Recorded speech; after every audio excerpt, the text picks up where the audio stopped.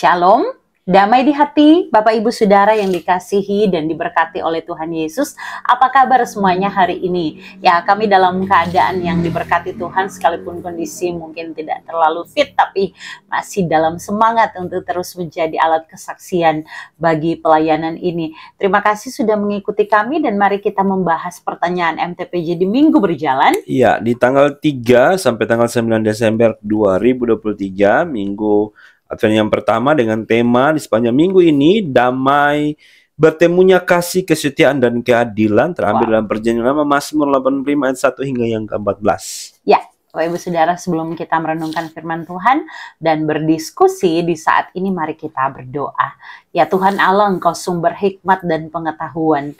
Tolonglah kami, berikan hikmat, berikan kemampuan, agar supaya dalam tuntunan Roh Kudus-Mu, kami dapat berdiskusi, menyampaikan firman untuk menjadi berkat bagi setiap pendengar. Berkati kedua hamba-Mu di tempat ini, berkati setiap pendengar dimanapun berada. Dan biar dalam anugerah karya selamat-Mu, setiap perkataan kami itu dapat menjadi alat berkat kesaksian yang memuji, memuliakan nama Tuhan. Setiap pendengar dimanapun berada, diperlengkapi dalam mempersiapkan kerja pelayanan. Ini doa kami, dalam nama Tuhan Yesus kami berdoa. Amin. Ya, Bapak Ibu Saudara, saat ini kita akan mendengarkan pertanyaan-pertanyaan MTPJ di sepanjang minggu berjalan, karena perenungan ini akan mendahului kami sebelum kami membagikan pertanyaan perenungan MTPJ di minggu berjalan. Nah, sekali lagi bacaan kita itu Mazmur 85 ayat 1 sampai 14 yang oleh Lembaga Alkitab Indonesia diberikan judul Doa Mohon Israel Dipulihkan. Saya bagikan sedikit untuk latar belakang Bapak Ibu Saudara. Kalau kita bicara kitab Mazmur, berarti kita bicara satu dari 5 kitab syair dalam Perjanjian Lama. Nah, dalam Septuaginta sendiri, kitab Mazmur itu disebut psalmoi, yang dari kata kerja Yunani psalo, yang artinya memetik atau mendentingkan. Awalnya, kata ini digunakan untuk permainan alat musik petik atau alat musik itu sendiri. Tetapi kemudian kita melihat bahwa kata itu kemudian diartikan sebagai nyanyian atau psalmos atau kumpulan nyanyian sebagai psalterion. Kitab Mazmur ini berisi banyak hal yang merefleksikan pergumulan iman dalam doa, dalam nyanyian, dalam pujian, dalam syair syukur tentang setiap campur tangan Tuhan dalam kehidupan umatnya. Pemazmur biasanya mengungkapkan berbagai perasaannya, perasaan sedih, perasaan tertekan, perasaan duka cita, perasaan sukacita, sekaligus biasanya mengungkapkan pengharapannya kepada Allah yang dipandang, dilihatnya sebagai sumber kekuatan. Nah, pemazmur itu sendiri menyadari bahwa keselamatan sesungguhnya hanya ada di dalam Allah yang selalu menyertai umatnya. Maka di sini kalau kita kemudian bicara mengenai penulis, biasanya pada bagian-bagian judul dari Mazmur itu sendiri mencantumkan kata Ibrani lamet, atau pada umumnya berarti dari, atau kepengarangan dari, atau dipersembahkan untuk. Diakui bahwa penulis kitab Mazmur bukan hanya satu orang, tetapi lebih dari satu orang. Satu hal yang dapat membantu kita untuk mengetahui atau dalam kita menyelidiki nama-nama dari kitab Mazmur ini, kita bisa melihat bahwa ada 73 Mazmur yang dalam judulnya itu dipertalikan dengan Daud atau disebut sebagai tulisan Daud. Kemudian 12 Mazmur Asaf, 11 Mazmur Bani Korah, 2 Mazmur dihubungkan, dipertalikan dengan Salomo, dan lain sebagainya. Nah, kalau dalam pembacaan kita hari ini, kita melihat di ayat satunya untuk pemimpin biduan, Mazmur Bani Korah. Mungkin ini sedikit untuk menjadi pengantar. Mari kita bahas bersama melalui pertanyaan MTPJ minggu berjalan. Ada berapa pertanyaan? Iya, di sini ada 2 pertanyaan ya. Wah, cuma iya, 2. Cuma 2 aja, 2 pertanyaan saja. Yang kita langsung saja ya pada Oke. pertanyaan pertama. Apa arti damai? Bertemunya kasih, kesetiaan, dan keadilan menurut naskah Mazmur 85 ayat 1 hingga 14. Ya, Bapak Ibu Saudara yang dikasihi dan diberkati oleh Tuhan, ketika kita membaca ini, saya langsung connect tadi ketika pertama disebut bahwa kita sudah ada di Minggu Advent yang pertama ya. Kita sedang dalam masa-masa di mana kita kembali menghayati Natal Yesus Kristus yang akan segera kita rayakan. Nah, dalam momen yang sangat spesial ini memang tema-tema seperti ini begitu menarik. Dan luar biasanya bahwa tema damai yang diangkat pada pembacaan di kali ini itu dikaitkan atau kemudian dibuat dari anak subtema dengan bertemunya kasih, kesetiaan, dan keadilan. Dengan tentunya melihat naskah kita. Nah, kalau kita lihat dari judulnya doa mohon Israel dipulihkan, maka Israel atau gambaran umat Tuhan ini sangat jelas ketika kita membaca ayat yang kedua. Engkau telah berkenan kepada tanahmu ya Tuhan, telah memulihkan keadaan Yakub. Maka Bapak Ibu Saudara, kita melihat bahwa konteks bacaan kita pada hari ini itu terjadi setelah bangsa Israel kembali dari pembuangan.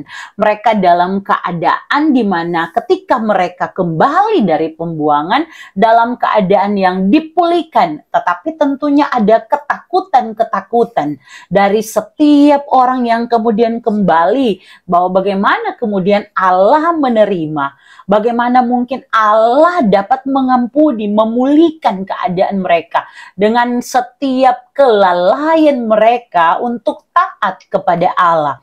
Maka ada sebuah doa yang disampaikan sebagai Mazmur Bani Korah dalam perikop bacaan, dalam bagian bacaan kita ini, untuk dapat menyampaikan kepada Tuhan bahwa mereka memohon agar supaya umat Tuhan ini dapat dipulihkan oleh Allah. Dan pemulihan ini bukan hanya mencakup kepada mereka saja, tetapi juga generasi yang ada setelah mereka.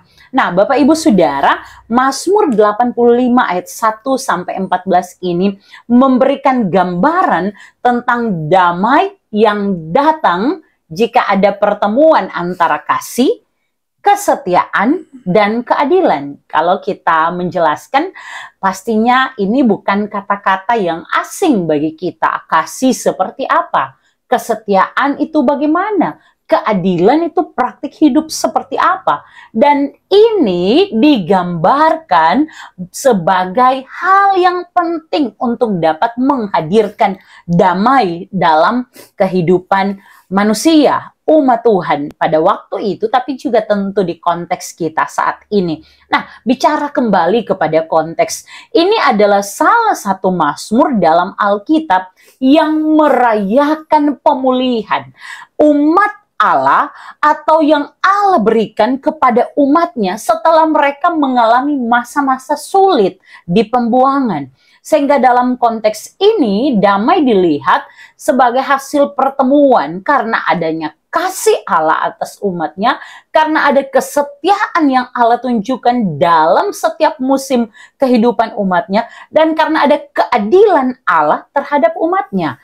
Kasih dan kesetiaan Allah ditunjukkan dengan apa? Kita tahu adanya pengampunan dosa, pemulihan yang hanya dapat dikerjakan oleh Allah dan dapat diberikan oleh Allah sendiri. Kemudian kita juga dapat melihat bahwa umat dengan gambaran nama Yakub di ayat 2 ini digambarkan mereka yang kembali dari pembuangan, mereka diterima kembali menjadi anak-anak Tuhan, anak-anak Allah. Sehingga ini artinya mereka diampuni, dipulihkan oleh Tuhan Allah. Kemudian keadilan dan damai sejahtera ini digambarkan mengalir sebagai hasil dari ketaatan.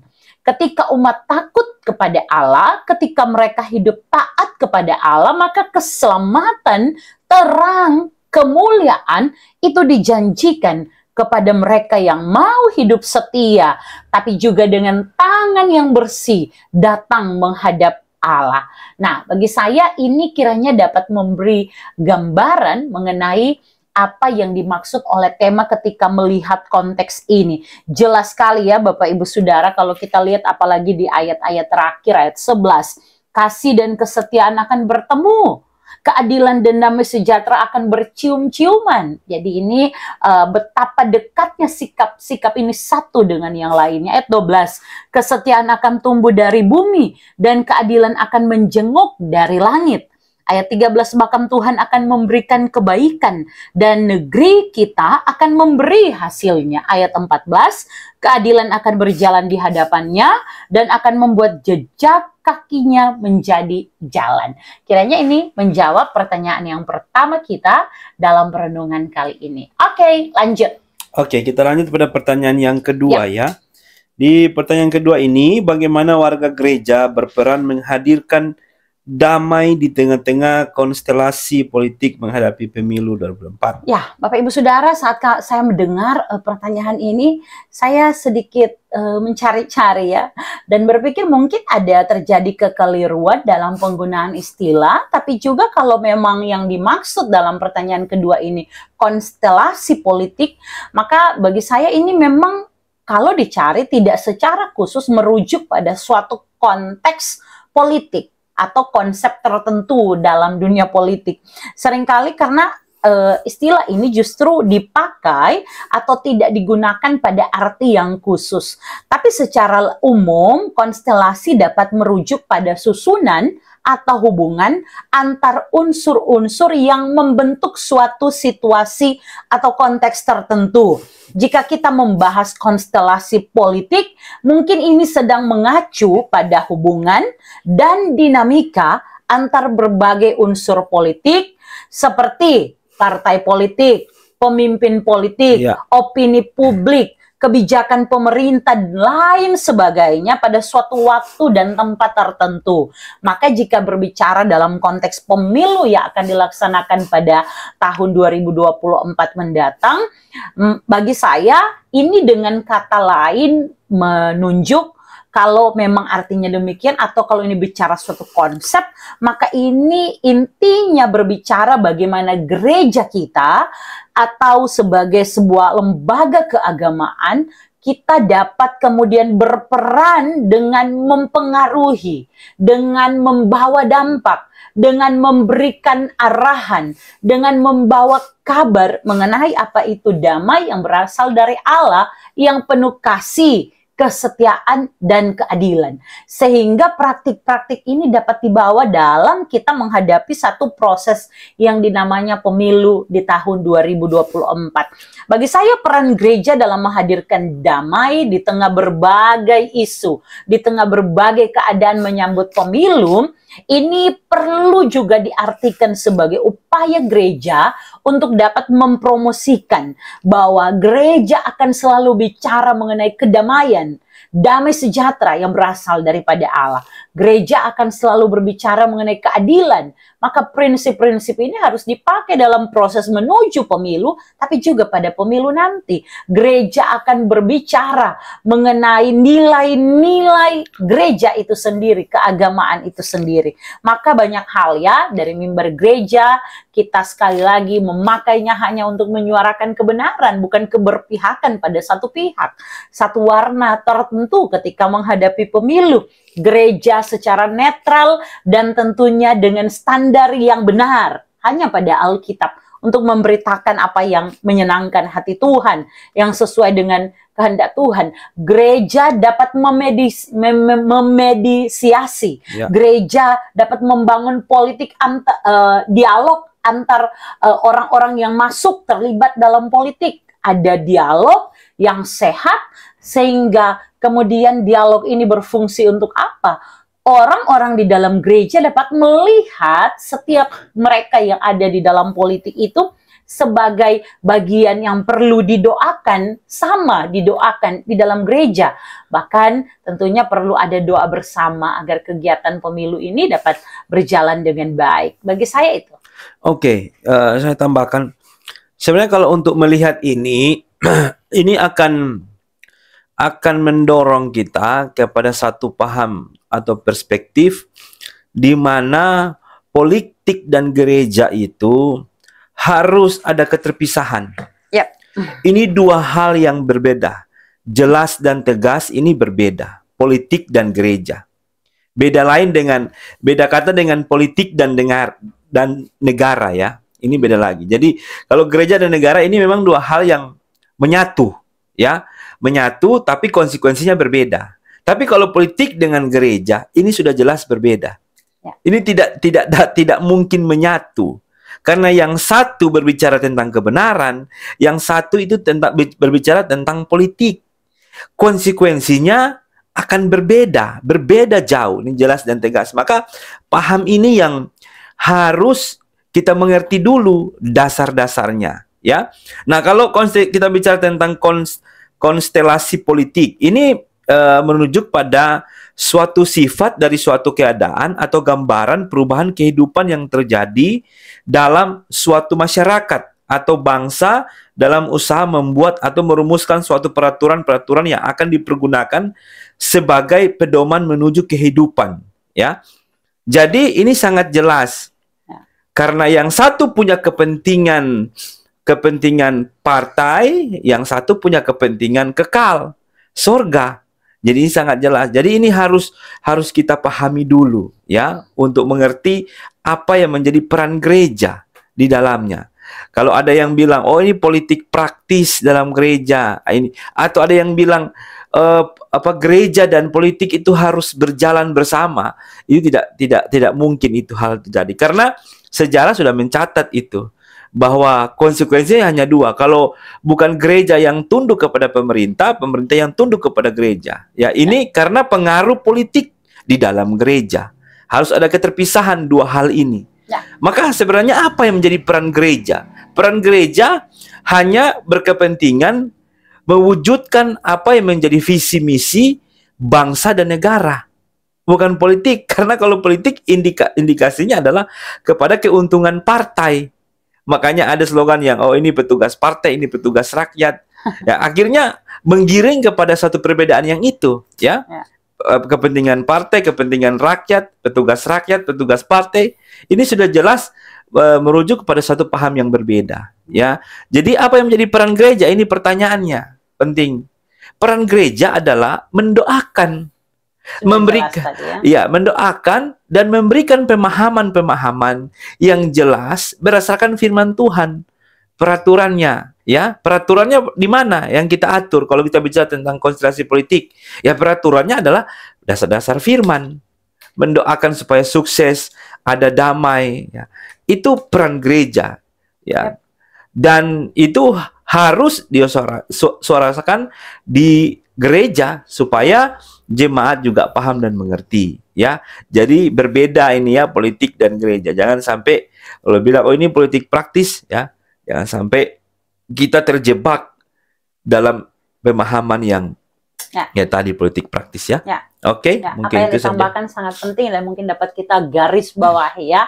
Berbeda antara politik dan gereja. Mari kita menjadi gereja yang tetap dapat membawa dan mewujudkan amanat agung Tuhan Yesus Kristus ya, tidak kepada hal-hal lainnya. Kehendak Tuhan ya, untuk memuliakan nama Tuhan dasarnya satu, hanya firman Allah. Ya memang kita harus terlibat ya dalam pemilu 2024. Jangan sampai itu dijelaskan tadi ya. Jangan sampai juga golput ya.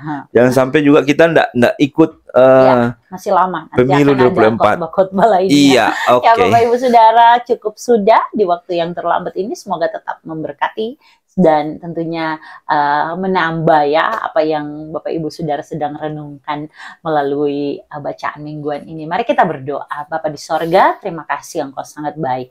Biar apa yang kami bagikan jadi berkat untuk setiap pendengar. Tuhan berkati, perlengkapi, tambahkan hikmat untuk dapat menyampaikan kasih dan kebenaran Kristus kemanapun pergi dan melangkah. Terpuji namamu Tuhan, dalam nama Yesus kami berdoa. Amin. Bapak Ibu Saudara, akhirnya sampai jumpa. Tuhan Yesus memberkati. Shalom, damai di hati.